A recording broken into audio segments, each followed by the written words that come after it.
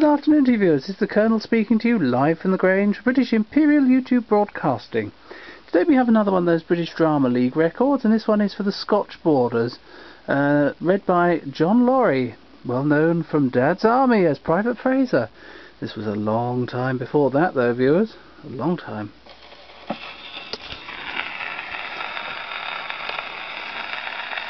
So you see, I'm recht about that, mates.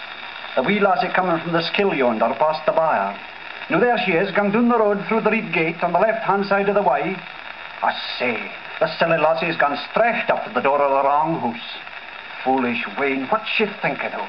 Just will she'll very likely chance to find that grumpy, shrivelled, default felly. We all ken him well enough to know. Well, the name of Thomas, isn't it? Willie Connie abide bairns. Wool to the rough edge of the old chop's tongue, sin teach her no to do it again. Oh, warrant he's a treasure. Look, isn't it true? See her scuttling off, fair dear lamb. That's his tune share. Did ye ever see sic a sicht in the world? Here comes the skillmaster day. Hark at the noise. The wife of Usher's Well. There lived a wife at Usher's Well, and a wealthy wife was she. She had 3 stout and stalwart sons, and sent them o'er the sea. There hadna been a week from her, a week but barely yen, when word came to the carlin wife that her 3 sons were gane. There hadna been a week from her, a week but barely 3, when word came to the carlin wife that her sons she'd never see.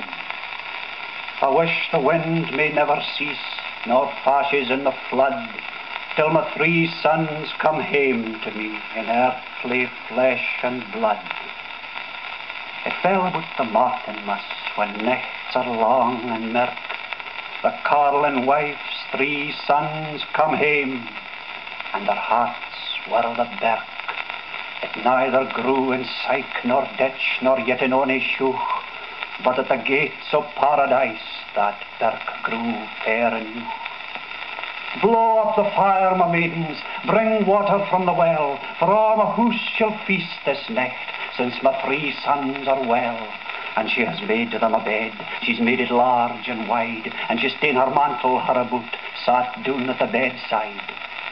Up then crew the reed cock, and up and crew the grey.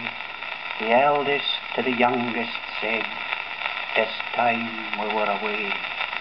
The cock he hadna crawed but yence, and clapped his wings ataw, when the youngest to the eldest said, "Brother, we must awa." The cock doth craw, the day doth daw, the channerin worm doth chide. Gin we be missed out o' our place, a sair pain we maun bide. Lie still but a little wee while, lie still but if we may. Gin my mother should miss us when she wakes, she'll go mad ere it be day. Fare ye weel, my mother dear, fare weel to barn and byre, and fare ye weel, the bonny lass that kindled my mother's fire. A passage from Robbie Doon by Joseph Lane Waugh. My chief companion at this time was another mason apprentice, young Davy Gracie. Davy was a grand whistler through his teeth, and kenned all the good merchant tunes, and him and me used to walk regularly up one side of the street and down the other, keeping step to the Battle of Stirling Brig, or the Blue Bonnets are o'er the border. I could never cock out my lips recht, or keep them wanting you to be a whistler, but Davy was a host in himself, and all I contributed to the programme was my company and the recht step. He was a year older than me, could smoke a pipe, and wore a dickie at night. I had no dickie, and I couldn't smoke then, at least to enjoy it. But I was both bigger and stronger, and unlike him, I could go anywhere in the dark and no be frightened. You see, his mother was a healing woman, frae Argyllshire.